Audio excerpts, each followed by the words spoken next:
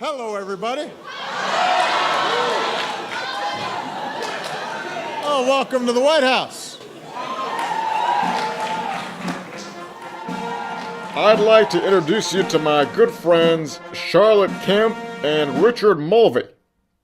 Charlotte is an award-winning mathematician, friend of a past president, I forget his name, radio show host, and futures alchemist. Charlotte also still carries a scar from her sword-fighting days. I met Richard when he came to Washington and became president. He also traveled overland from London to Cape Town and back, worked for the Queen at Buckingham Palace, and climbed Kilimanjaro to raise $70,000 for Reach a Dream. Richard is also twice past president of the PSASA and holds the top 2 awards in the South African speaking industry. Ladies and gentlemen, Richard Mulvey and Charlotte Kemp.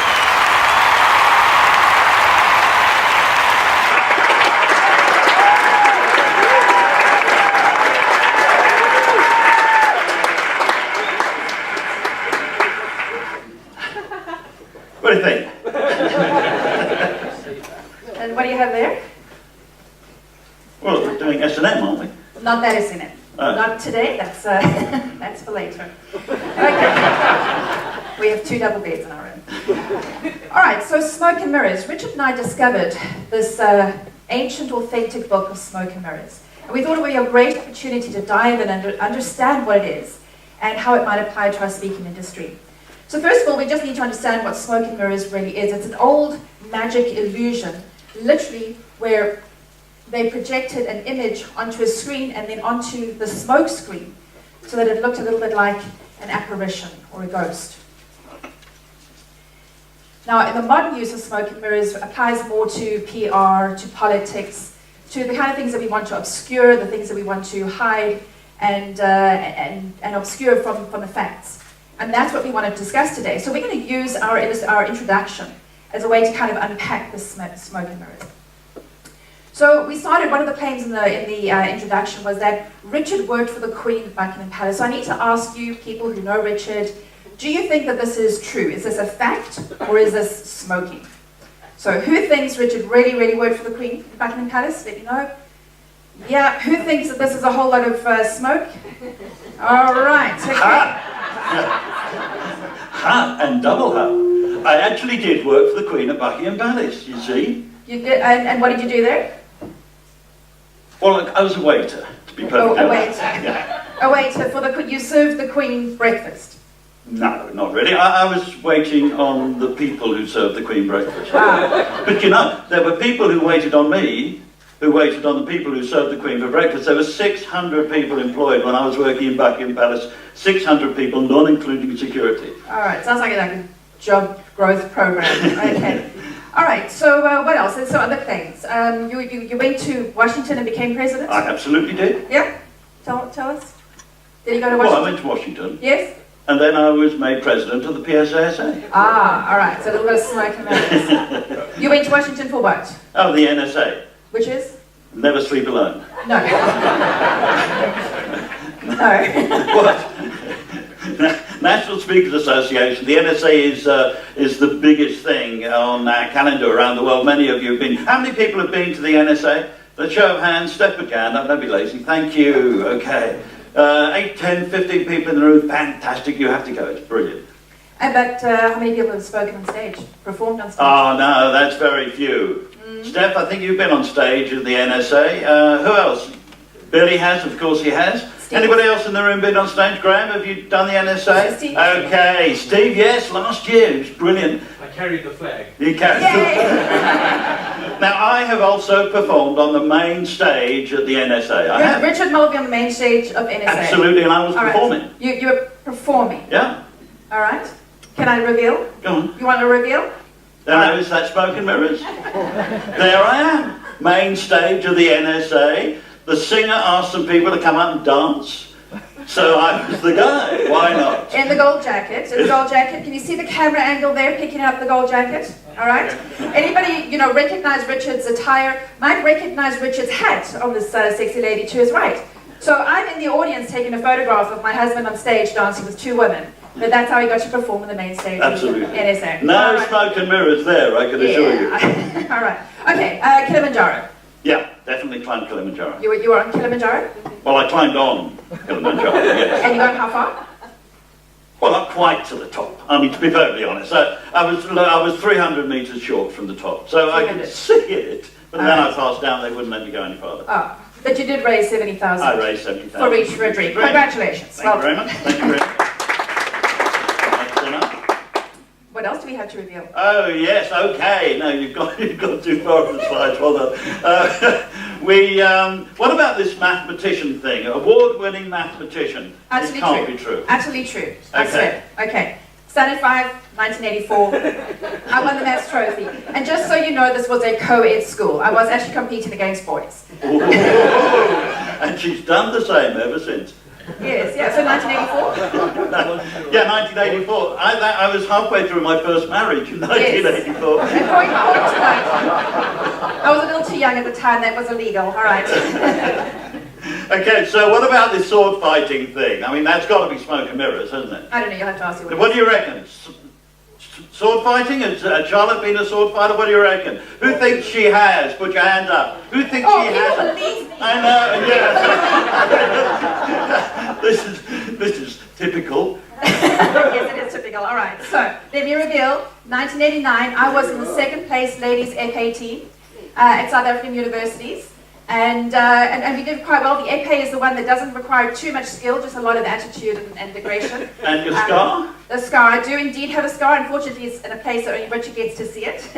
but it is true, actually true. I'm very impressed. Now, what was that? 1989. That was my. I think that when I was. No, second marriage. I'm right. Second, was Yes. the second marriage? Yeah. Okay, fine. Still a little too young for you. All right. So what else we got here? Oh yes, the radio show. Radio show. Did you actually? You all know that I had a radio show. On internet radio, hashtag radio, and I've interviewed some of the people in this room who have been on my show. There we go. Did anybody actually ever tune in to your show? No, that's not fair. I had the radio show, okay? We didn't actually keep statistics on audience, but it was there. Yeah, it was there. Good. Okay. I have a question. Yes, yes. Did President Obama really introduce us? Oh yes. Oh, absolutely. Well, you saw him moving his lips, didn't you? Actually, Obama and I are like that. This is me over here. But for $5, you can get anything done on 5 hours, as you well know. And the voiceover was an Obama sound-alike. Very good. And he was good. He was good. Yeah, All right. absolutely right. Okay, so let's return to the smoke and mirrors and see what else we can discover. So we discovered that there are a couple of places where smoke and mirrors applies to us as speakers, and one of those is on the stage. What do we as speakers do on the stage? We're ordinary people doing extraordinary things, sharing ideas, moving the hearts and minds of people, and creating some magic. The theatre of the mind. It's a magnificent place to be creating the theatre of the mind. We need to be able to take our audiences down a road that many of us may not have actually travelled before, but we know it's there. We have to paint pictures for the audience. As we know, we've talked about stories. Casper was telling some great stories. And every one of the speakers has come up on this stage and told some fantastic stories, because what they're doing is painting pictures in the minds of the audiences. And we all know that if you want to be convincing, 87% of the convincing process comes through your eyes, only 9% through your ears, and 4% through your other senses. 87%. This sounds like a smoky statistic here. No, it's absolutely true.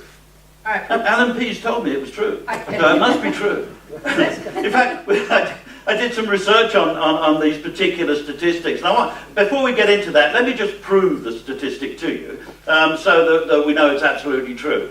So what I'd like everybody to do is please hold one finger up in the air. Put one finger in the air, everybody. Come on, thank you very much. Put it on your head. Jolly good. Put it on your nose.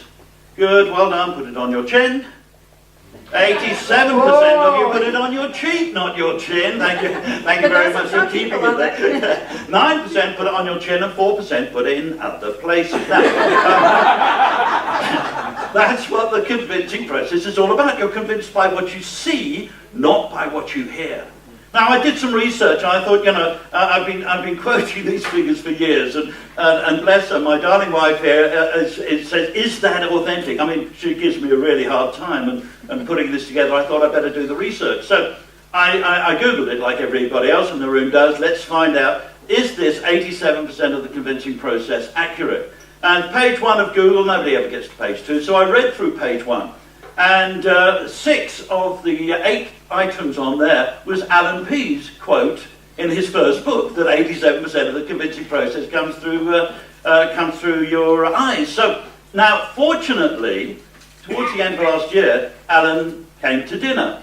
Now, you think, oh, well, sure he did. Is that smoke and mirrors? No, he actually did come to dinner. We invite everybody over, as many of the people in this room have been to dinner with us in Cape Town, and if you come to Cape Town, let us know, and we'll set up a speaker dinner. So he came round for dinner, so him with Barbara and his 2 kids, they happened to be driving through South Africa.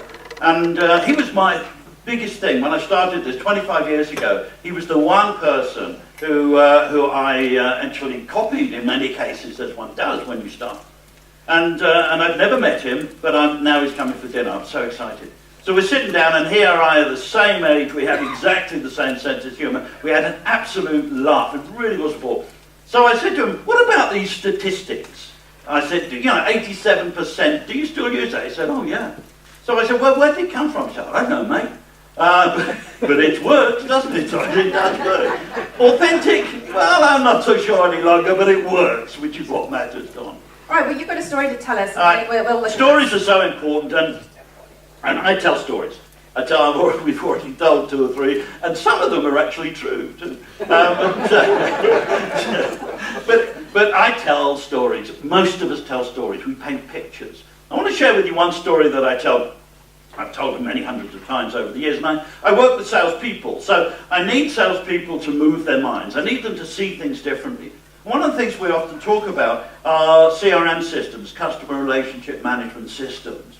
And within that system, what I try and encourage salespeople to understand is it's not about the system, it's about relationships, building relationships, letting the customers know that we care.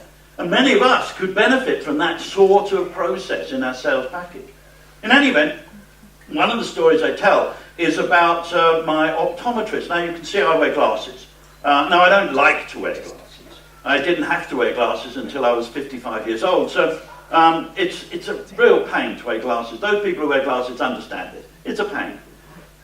There is, however, one advantage for me wearing glasses, and that's my optometrist. She is gorgeous. And every year I have my eyes tested. And we have a date. We set up a date, her and me. And she said, she's very old-fashioned, sends me a little card with my date on it for my appointment. Now, when I first got my glasses, I was living in Durban. Now I'm living in Cape Town, but I still go to Durban to have my eyes tested. This is absolutely true. And the last time I was there with her, the time before last actually, I'm sitting in the chair, and she's got the lenses going up and down. We all know how it works. And she's trying to make me read those letters at the end. Why do we really work hard to read them? You know, it's like a test, isn't it? No, don't tell me. I know what these letters mean. We kind of tested it. Anyway, I'm reading the letters, and she's silent for a bit, but she's a talker. She loves to talk. So she says to me, how's Michaela getting on with her hockey? And I said, no, she's playing very well, plays for the province now, she's doing very well. So she said, oh, that's really great. I said, it's fantastic. And then it went silent for a bit. Then I said to her, how did you remember that my daughter's name is Michaela and she plays hockey? And she said, oh, I've just got a good memory. No, you haven't. I said, you've got a system, haven't you? What do you mean? Now she's indignant. What do you mean, system? So I said, come on, show me your system. I teach this stuff. Show me the system that will help you remember this stuff about your customers. So she eventually showed me the system, the standard CRM system, not very complicated. She showed me how it works. But she wouldn't show me my page.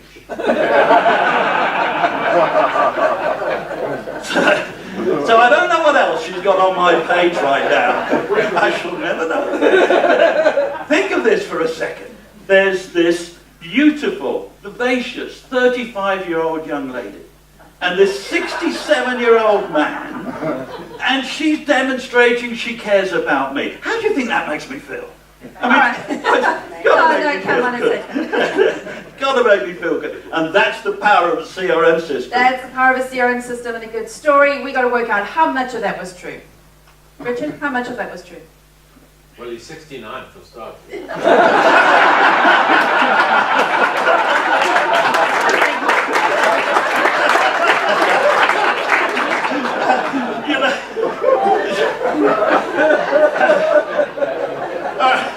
Can we get back to the script? You know what? All right. Okay, most of it was true. Most of it. Well, some of it's true. Actually, none of it is true. To be perfectly honest, not a single word apart from the fact that I wear glasses is true. But it's a damn good story, and it gets the message across, and it gets a laugh. My stories have to get a laugh. All right, so we have this whole question about authenticity. We've already discussed it this weekend. Authenticity. Our authenticity is critical. As soon as you can fake that, you're late. Okay, when I started as a speaker, I heard a couple of messages. One of them was that if you want to get paid again, you better use humor. People better be laughing. And this was gospel when I started. But as I've progressed in the industry, I keep hearing this message about authenticity. If we're not getting authenticity right, if people do not believe us, it doesn't matter what we're saying because we're not connecting with them. But lately, people are saying no with the economy and budgets. If you don't have really good content, if you're not delivering something of change, then you're just an entertainer. We don't have an entertainment budget. You have to have content. So now I'm struggling, looking at these three things, saying which one is a priority? But we know which one is the priority. Oh, yeah? Oh, absolutely we do. So let's see. And I tell you what, I know exactly how you're going to answer this one. Okay? It's not magic. I know exactly what you're going to say. So what we want is a show of hands here. You can only put up your hand once, please. Only once. Who thinks content is the most important thing? The single most important thing? Put your hand up, please. You can only put it up once. Okay. 1, 2, 3, 4, 5 at the back, 6, 7. Thank you very much. Try and be a little bit quicker. Okay. Who thinks humour is the most important thing? Put your hands up, please. Put your hands up. 1, 2, 3, 4, 5, 6, 7. Keep them up. Pretend you're in Johannesburg. 1, 2, 3, 4, 5, 6, 7, 8, 9, 10, 11. And who thinks authenticity is the most important thing? Everybody else. Now, I knew that they would say authenticity because I have it in my pocket. Is that clever or is that clever, eh? What?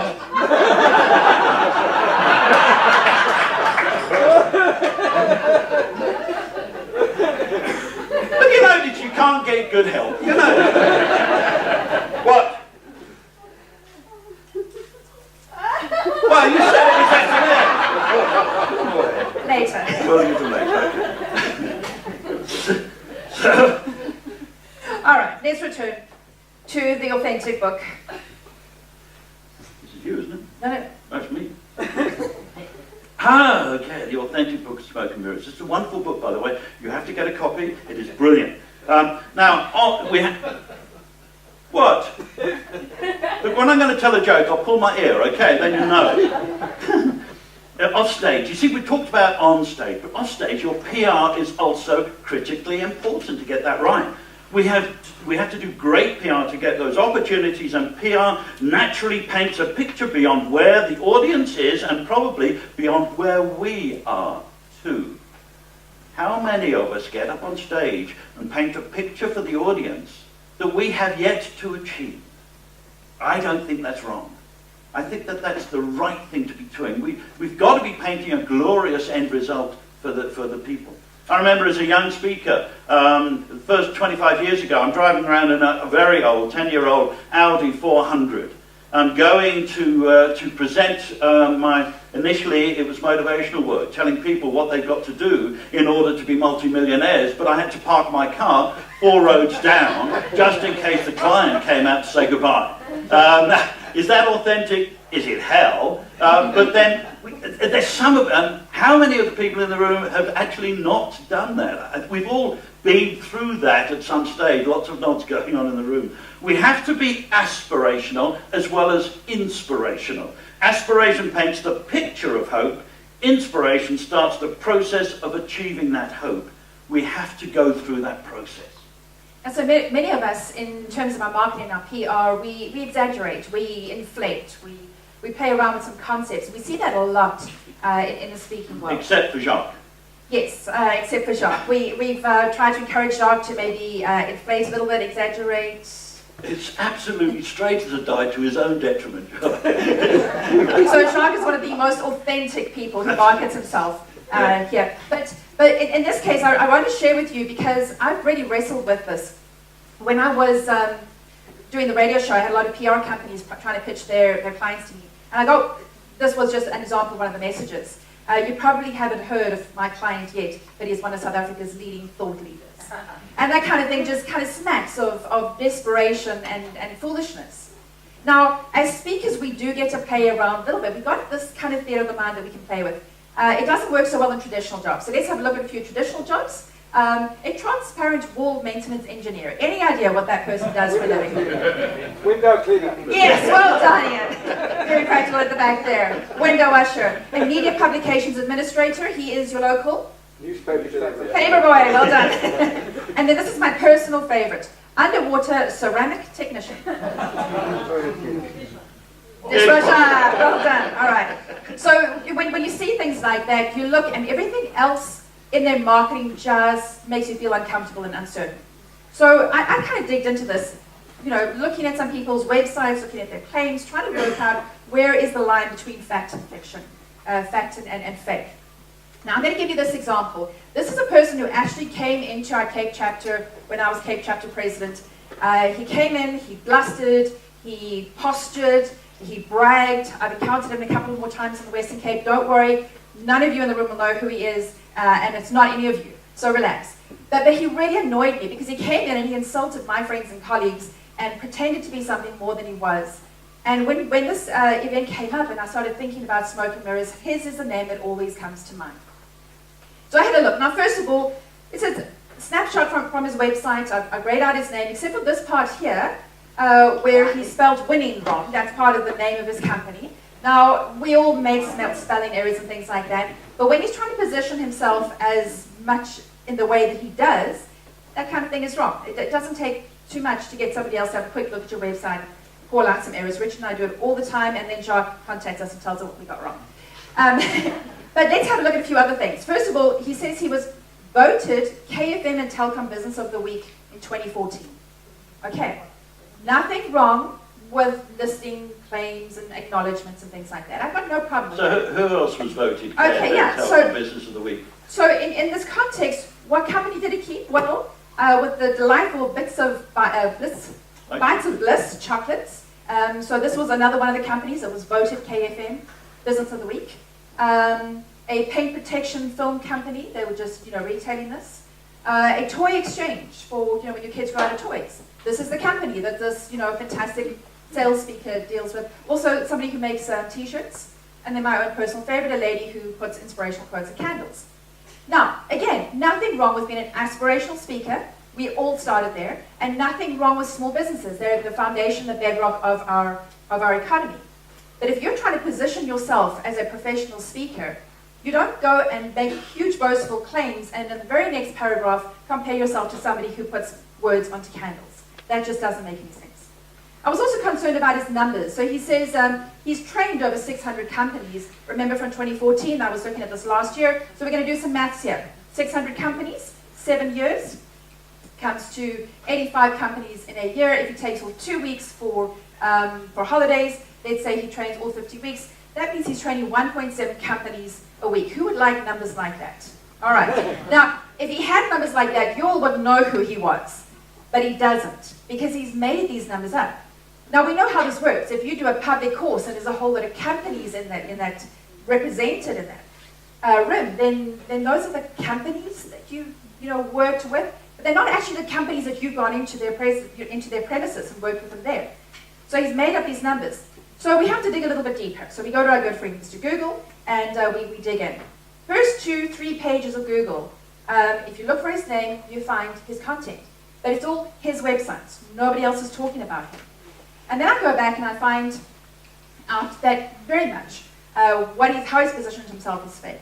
Because we find this website here, also his, now it's 14 years, he's trained 1,200 people and only 80 companies, and he's now using the same kind of format of marketing, but stretching it out and actually in a longer period of time, training fewer people. And that website was the same time as this one.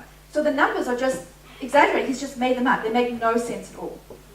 So we get very frustrated when we see that, because when somebody, as Sharon was saying, when somebody makes false, exaggerated, ridiculous claims like that, it has an effect on the rest of us as speakers. And people then view us in the same way. So we really want to dig into authenticity. Authenticity, while I make fun of it, it is critical. There's no doubt about it. We can walk the line. Sometimes we add to our stories. Sometimes they, in my case, haven't started with anything at all. But my stories are usually based on fact. And one can say at least that I do wear glasses. So there is based on some fact. My better stories, my other stories are entirely true, and that's great. So authenticity is critical. And what we've been listening today and yesterday are truly authentic speakers. There's no way of faking what Sharon has achieved, what Joni has achieved, what Casper did yesterday. There's no way of faking how successful Roger is. It's absolutely not. And we've been exposed to that, and we can tell the difference very quickly. So can our clients. And that's what's critical here. One of our great members who's not here today spoke last year at the convention.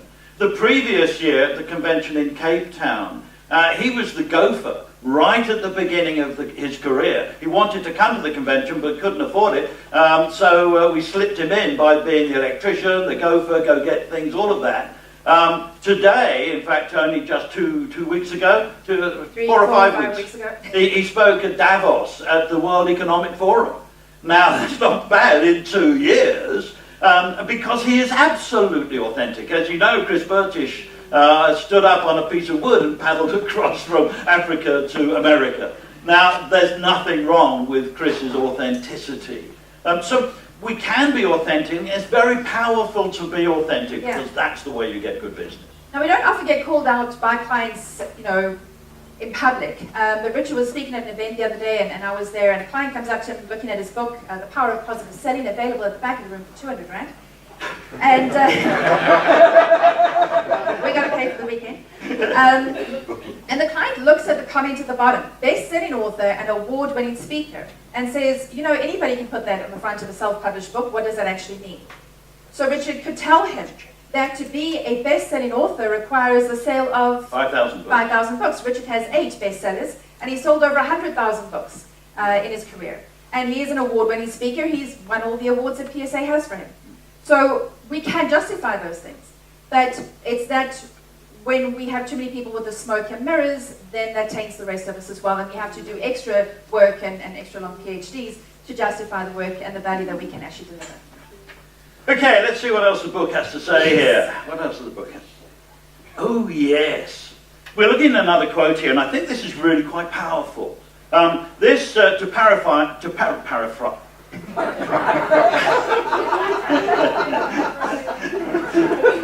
If I wasn't standing up with Charlotte on the stage, what I would normally say is, I'm sorry, I'm wearing my wife's teeth today.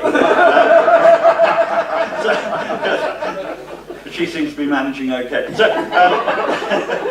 to paraphrase the great Andy Preston from Britain.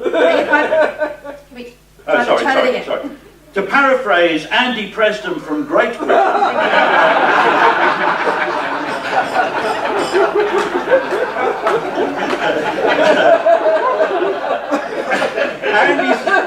Andy said this time last year, and I'm quoting this just to let him know that there was one piece I actually listened to. Don't let your marketing skill exceed your ability to deliver on stage.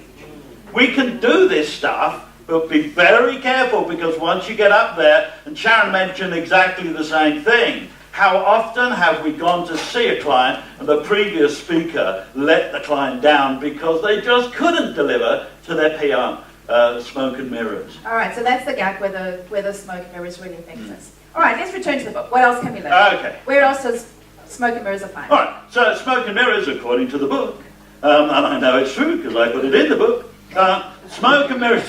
Three places.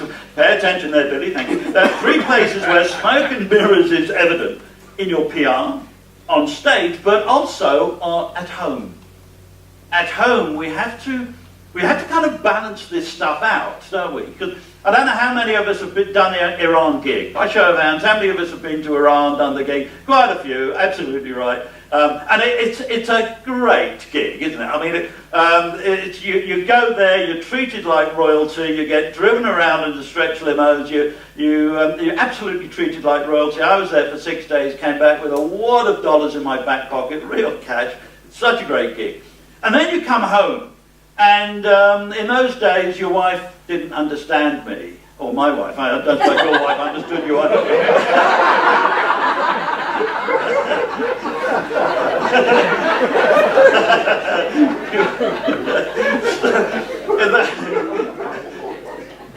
Paul, it's okay. The rumours are not true, Paul. It's absolutely okay. So, in those days, my wife didn't understand me, like my current wife does. So you get home, and you're high, aren't you? You've just been treated like a VIP. You've been treated like a rock star. You get home, and then you've got to clean up the dog vomit because nobody else was prepared to do it for the last 2 days, and it's your turn to do the washing up. And then somehow you get dragged back into that environment where you're not actually a rock star, you're just an ordinary human being.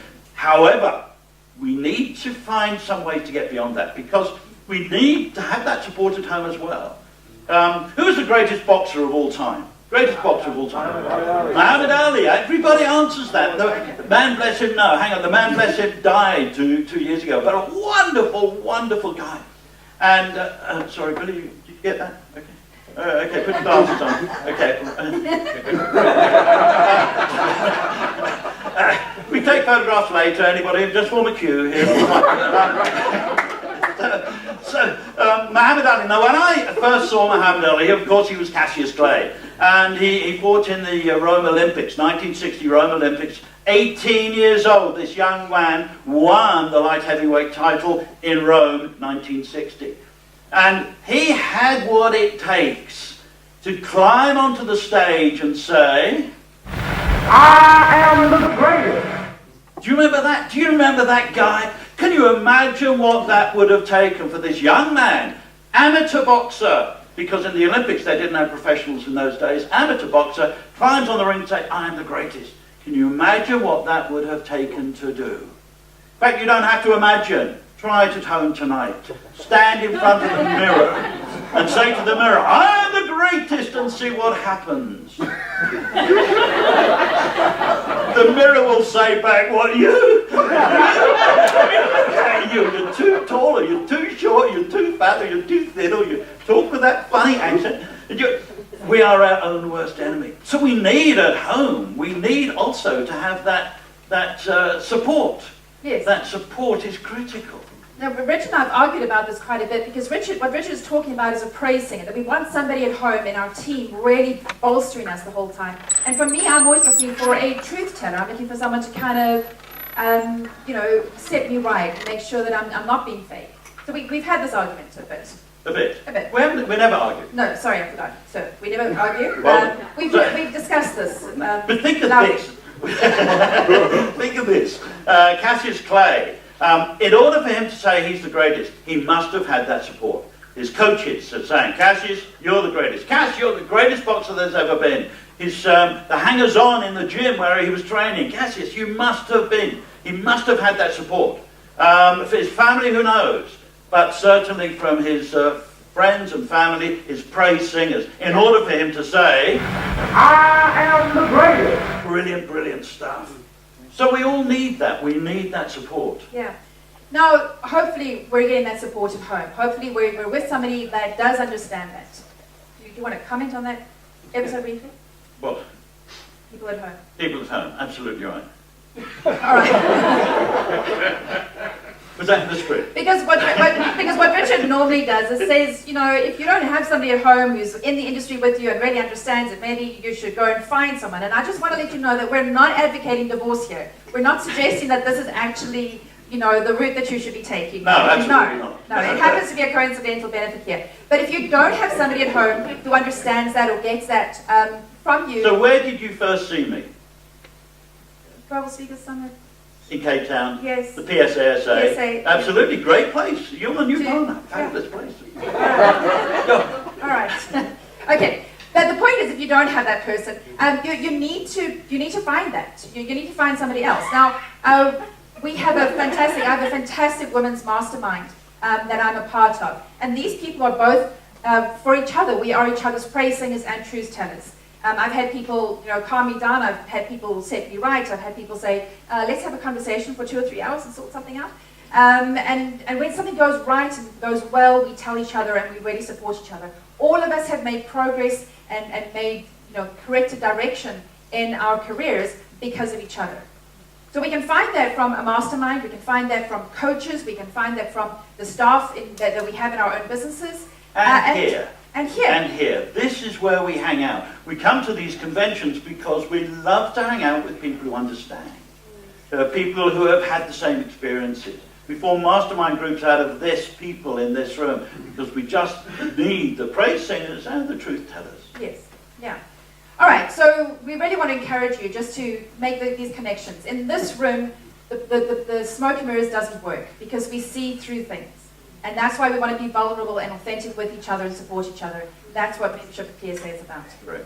So now we talked about smoke and mirrors on stage, in our PR and our marketing, and at home. There's another element that Richard and I would like to cover when it comes to things at home, which is more of a personal thing. It's how What are you going to tell him now? No, not that. Oh, okay. It's how we dress. Okay. So branding is really important, and how you come across in terms of your branding and how you appear and what you wear.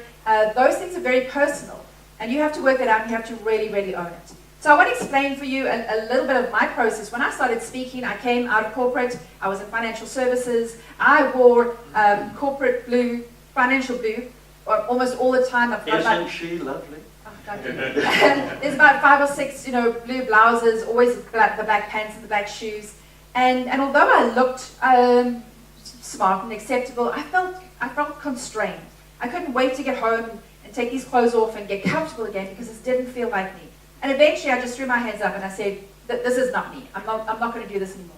And that happened at the same time that I was reinventing what I talk about and started discovering the whole futures world. Now I know there's a little bit of smoke and mirrors. I can call myself a futurist, but a futures alchemist is something that I've made up, but I own it.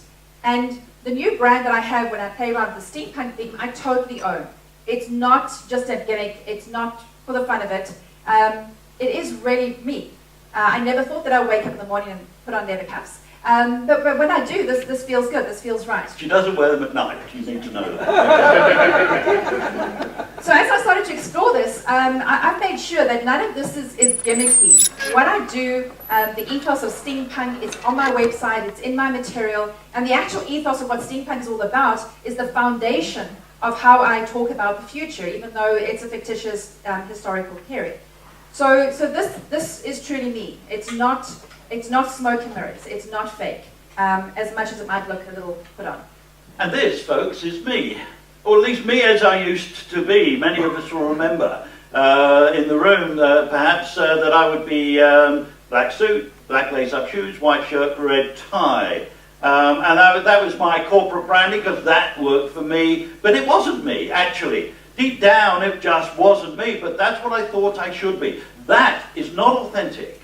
That wasn't authentic. And it was only when Charlotte and I got together we began to explore the truly authentic nature of who we are. Yeah. The red stripe tie. Sorry. Yes, yeah. So Richard, I used to do Richard's social media before we got married. And by the way, then I get it. Get somebody to do your social media for you. That's very important. You don't have time. But don't end up marrying her. Okay? Suddenly, zip, social media. Well, I can't get anybody else,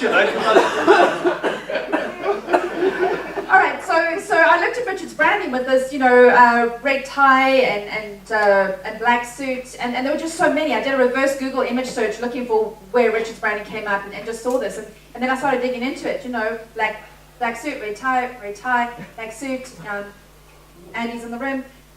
wearing the same, there we go. and eventually I thought, that this is just too much of this branding. This doesn't really feel right. Hang on. And this? Ladies, this is just for you.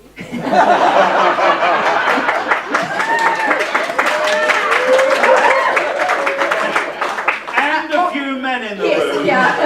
You know who No you judgment, no judgment. Sorry, I'm sorry. Let's get back to Can we Richard. move on? Richard, Thank you, okay, mate. so Richard then started exploring alternative clothing. Absolutely. Yeah. And I, this is me.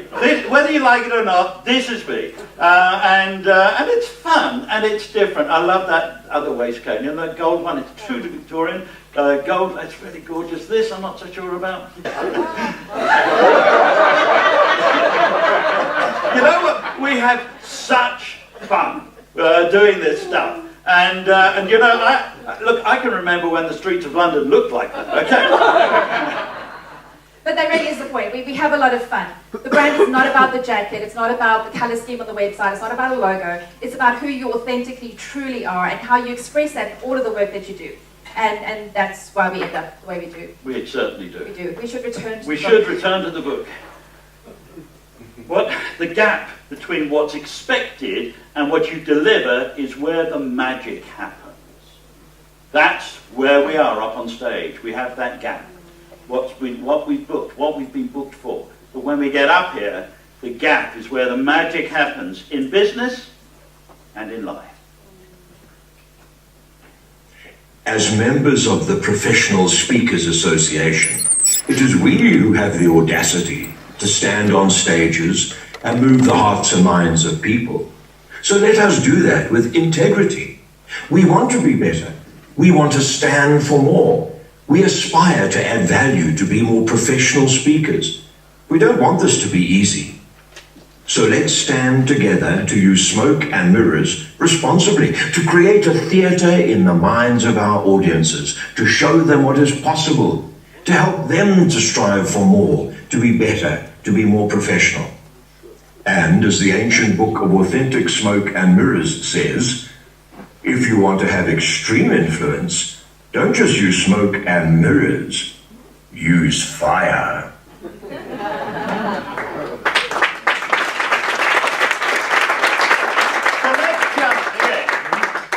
Let's just check for the moment. What does the authentic book on smoke and mirrors, the authentic ancient book of smoke and mirrors say? If you want to have extreme influence, you don't just use smoke and mirrors, you use fire.